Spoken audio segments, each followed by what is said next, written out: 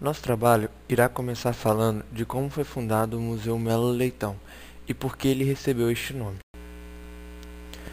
O Museu Melo Leitão, fundado em 1949 pelo naturalista Augusto Husk, é uma das principais instituições ligadas ao patrimônio natural do país. Com sede em Santa Teresa, no Espírito Santo, o museu controla duas estações biológicas, Santa Lúcia e Caixa d'Água, localizada no mesmo município. Desde menino, ele caminhava pelas matas e arredores de Santa Teresa, onde nasceu, colecionando e observando plantas e insetos. Aos 18 anos, já organizava cientificamente suas coleções, formando que viria a ser parte significativa do acervo do museu. Em 1937, contratado pelo Museu Nacional, foi trabalhar com Cândido Firmino de Melo Leitão, seu professor e amigo, a quem homenageou com o nome do museu.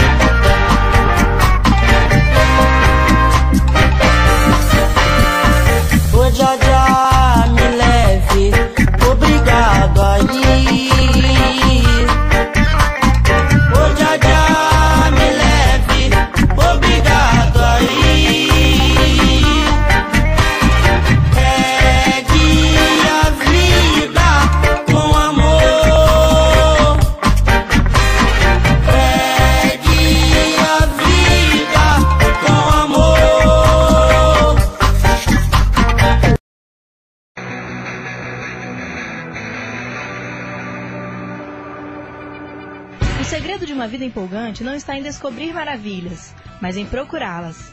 A frase de Augusto Husk descreve bem o próprio cientista, que passou a vida a procurar e descobrir maravilhas da natureza. As ideias deles, né, sempre muito à frente do seu tempo, né, isso a gente está falando foi em 1949. Desde aquela época ele já falava em conservação de natureza, já em preservação de meio ambiente, uma época em que a maioria das pessoas pensava justamente ao contrário, né, em desenvolvimento industrial, agrícola, assim, a qualquer preço. E ele batendo lá no martelo de é importante se preservar, em se pesquisar. Maximiliano Devi, que foi o primeiro homem com Saint-Hilaire, que colecionaram morcegos no Espírito Santo. Muito conhecido pelos beija-flores, uma das primeiras pesquisas de Augusto Husk foi com morcegos. Ele construiu essa caverna aqui para poder estudar esses animais. Agora, a área funciona como um viveiro aqui do Museu Melo Leitão. Desde os 13 anos, Husk já observava a natureza. Seu interesse pelos beija-flores nasceu nessa época, quando ele pesquisava orquídeas.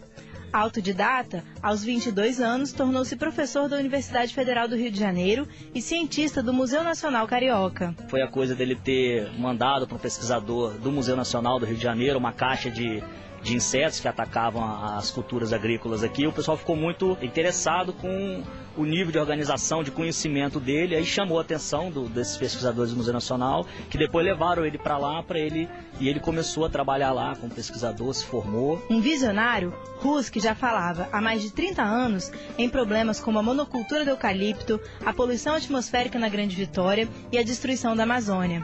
Em 77, ele enfrentou uma de suas maiores lutas. Travou com o então governador Elcio Álvares uma briga pela preservação da Estação Biológica de Santa Lúcia.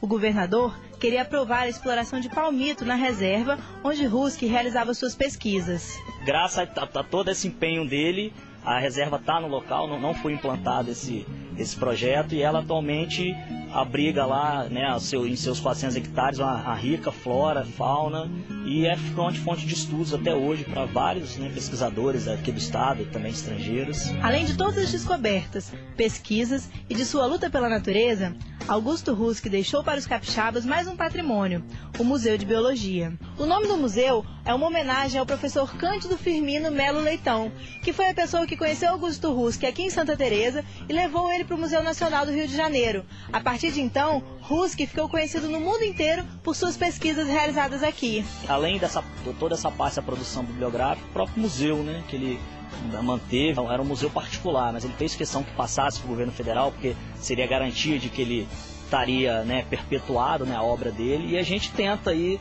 né, da melhor maneira possível honrar, né, com esses ideais do Husk. Augusto Husk morreu aos 71 anos, no dia 3 de junho.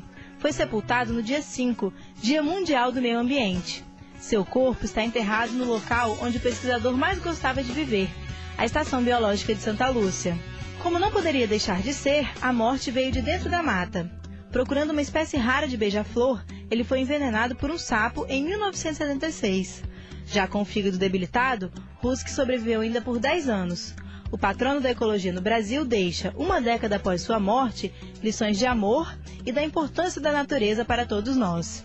E se eu fosse vitimado pelo sapo, ainda assim eu agradeceria a natureza, que era um exemplo de que aquele sapo foi por Deus, junto com 200.000 espécies botânicas, para alguma coisa, para o homem aproveitar para alguma coisa, e não para destruir.